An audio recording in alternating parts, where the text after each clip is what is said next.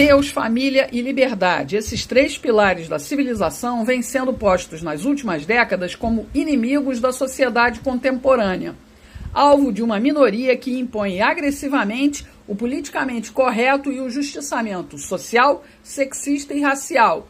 E muita gente prefere camuflar os valores cristãos na condescendência e omissão. Como o cristão pode ser sal e luz numa cultura autoritária?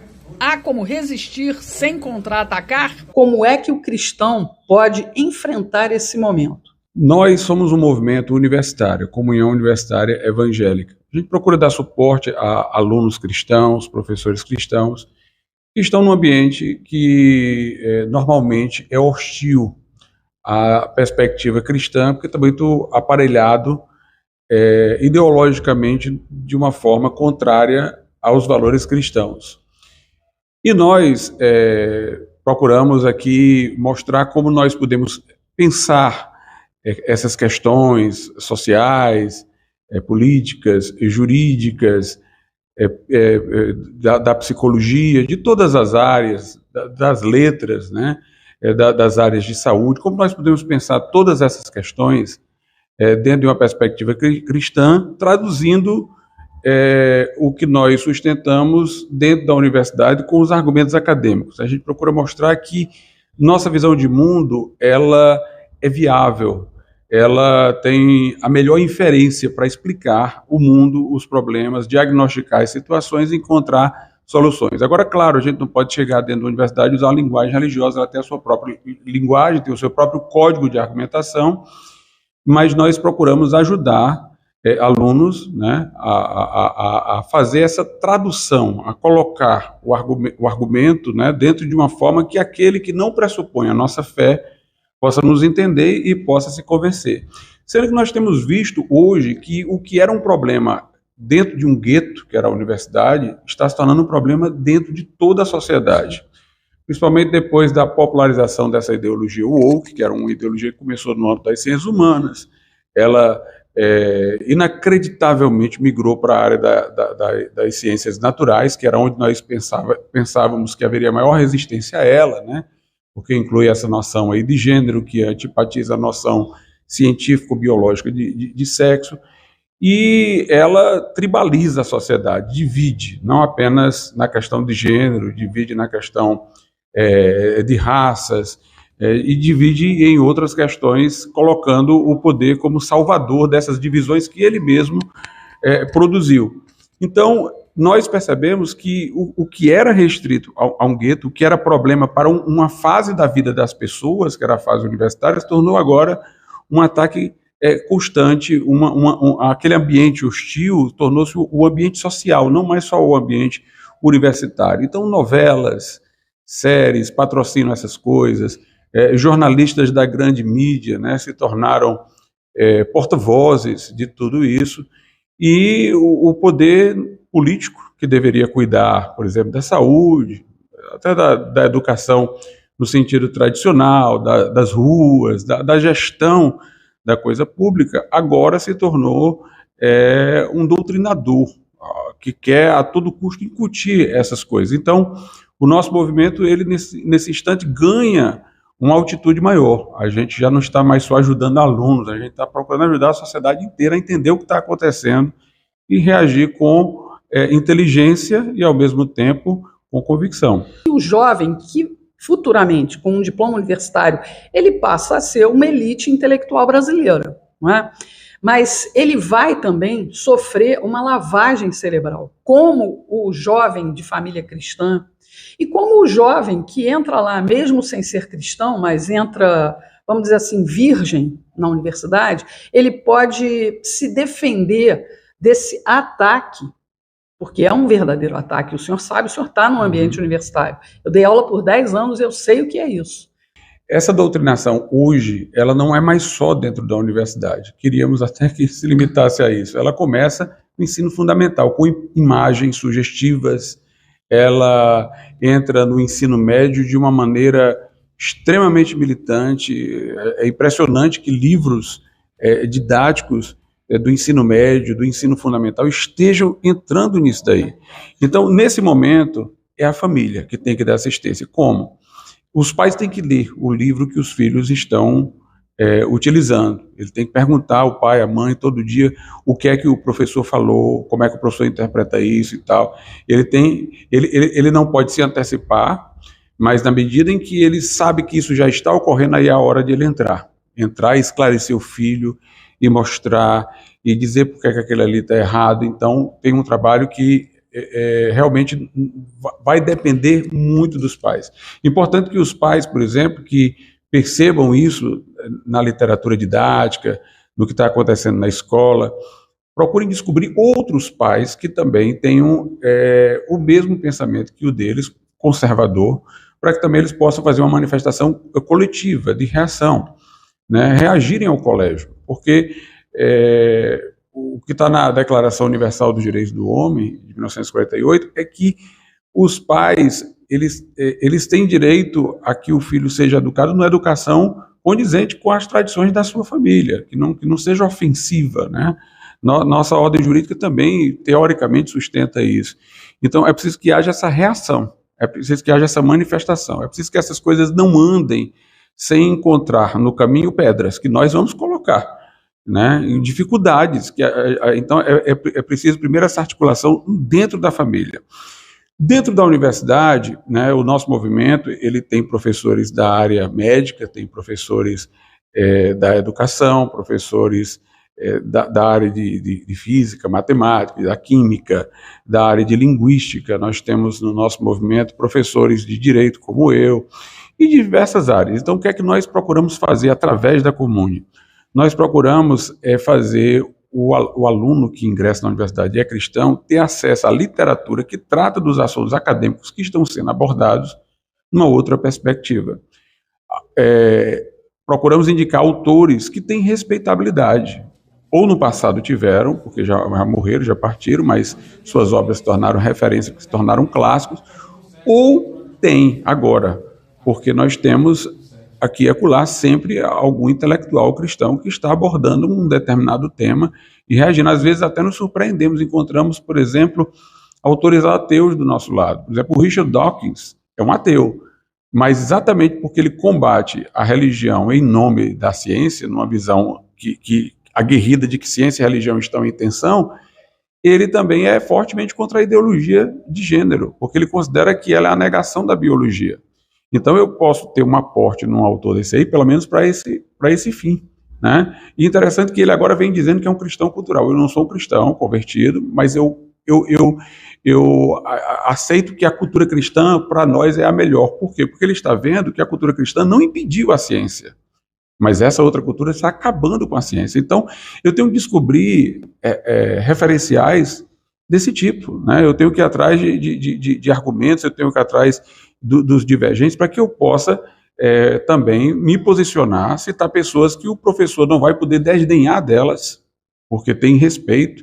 Então, a gente procura dar esse suporte, né? Criar o discurso alternativo academicamente legítimo e que tenha essa força de resistência. Procuramos também aglutinar os professores que são cristãos, exatamente para a gente ter essa integração, esse fortalecimento, esse companheirismo, né, esse apoio mútuo em tempos de tensão de cada um dentro do seu grupo acadêmico, e procuramos também levá-los a ajudar os alunos nessa situação. Então, é muito importante que aquele que entre na universidade não fique pensando, ou eu tenho esse discurso aqui, que é o único que vale aqui dentro, ou eu tenho o discurso da Bíblia que vale na igreja e não vale aqui dentro. Então, eu estou entre dois mundos, e aí ele vive em um de um jeito e outro do outro. Não, existem autores que, por razões que não sejam diretamente alusivas a textos, por exemplo, da Escritura, discordam daquelas coisas que aquele professor está dizendo,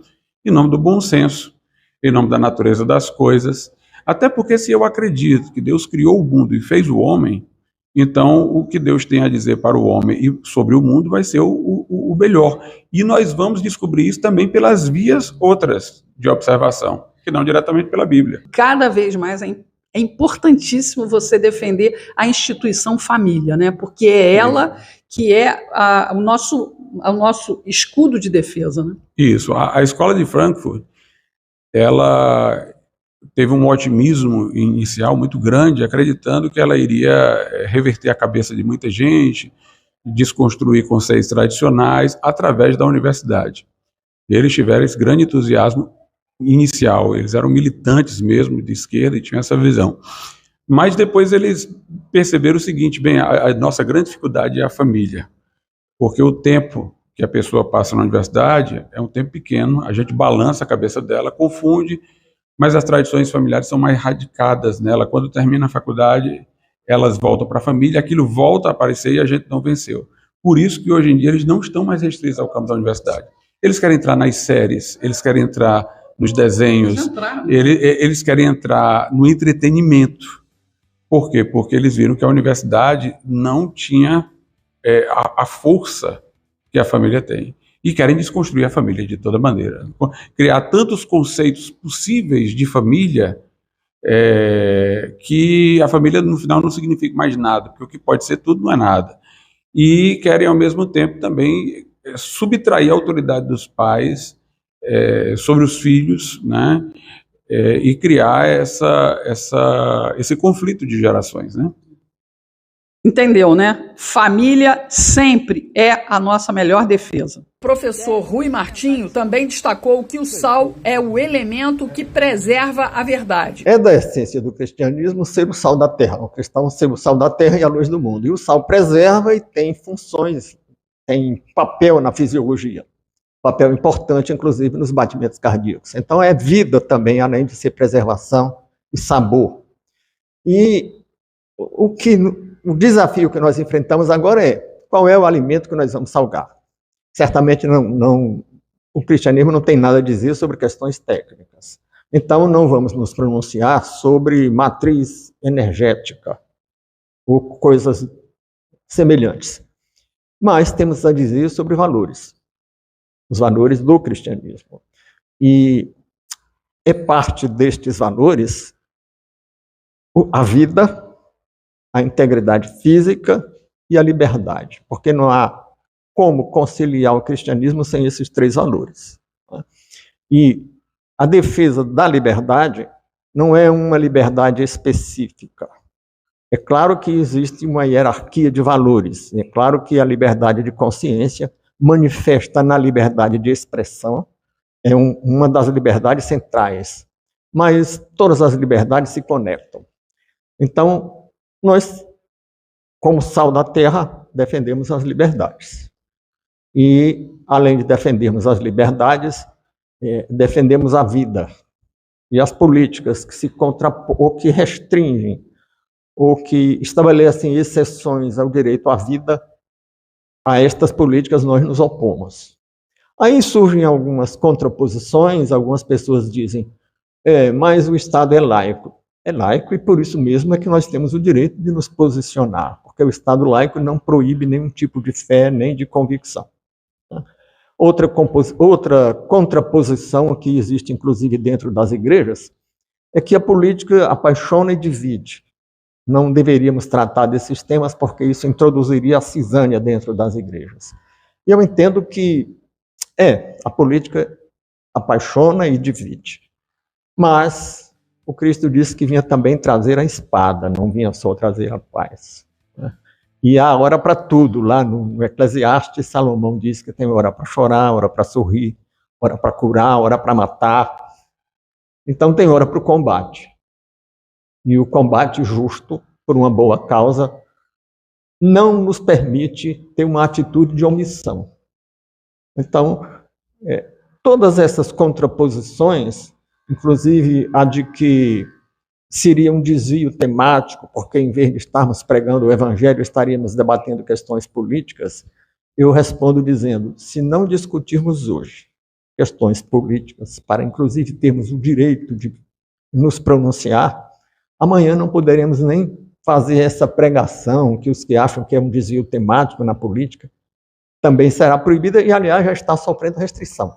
Já tem aí uma tendência para proibir, por exemplo, que se evangelize em prisões, então já estamos querendo restringir a liberdade de expressão. Eu me apresentei para abraçar a oportunidade. Então não deixe passar as oportunidades que apareçam em vossas vidas para servir ao próximo e para servir a sua família e para servir a nossa nação. Sebastião Coelho também chamou a atenção para a causa da contagem pública de votos. Não pode falar da Santa Urna porque isso é crime antidemocrático. Então vamos deixar, com todo respeito aos santos, a Santa Urna de lado. Esqueçamos isso. Essa é uma luta absolutamente desigual, que nós vamos vencê-la nunca. O que é que nós temos que trabalhar? Nós temos que trabalhar com o artigo 37 da Constituição, que trata do princípio da publicidade. E disso eu quero dar o crédito ao professor, procurador Felipe Gimenez, do Mato Grosso do Sul, que é um estudioso, uma pessoa dedicada a essa causa, porque ele sabe do que está falando. Ele tem o histórico desde o início, as 2 vezes que o Congresso Nacional aprovou, 3 foi vetado, foi derrubado o veto, e cada vez o Supremo Tribunal Federal inventou uma modinha para dizer que não podia implementar. Uma hora era tempo, outra hora era o custo, enfim, não dava para acoplar a máquina, porque o próprio ministro Barroso defendia a questão que era um aperfeiçoamento do sistema eleitoral, e é um aperfeiçoamento do sistema eleitoral, mas tudo que o ministro falar fora dos autos pode ser alvo de crítica nossa, e devemos criticar sim. Com a mesma acidez que ele falar, nós botamos um tempero em cima a mais e respondemos: salgar, e vamos devolver, porque é um direito nosso. Eles querem nos calar. Porque eu me tornei um sujeito incômodo na atualidade? Porque eu falo, dou nomes. Então, a questão da urna eletrônica, que ficou toda essa confusão, por que o Supremo deveria parar com a resistência? Para trazer a paz social para a nossa nação. Quando a metade, vamos colocar assim, da população desconfia de alguma coisa, nós temos que tomar uma atitude para que essa metade que desconfia passe a confiar, e não haverá mais nenhuma contestação. A contagem pública de votos, ela é uma necessidade do nosso país para a paz.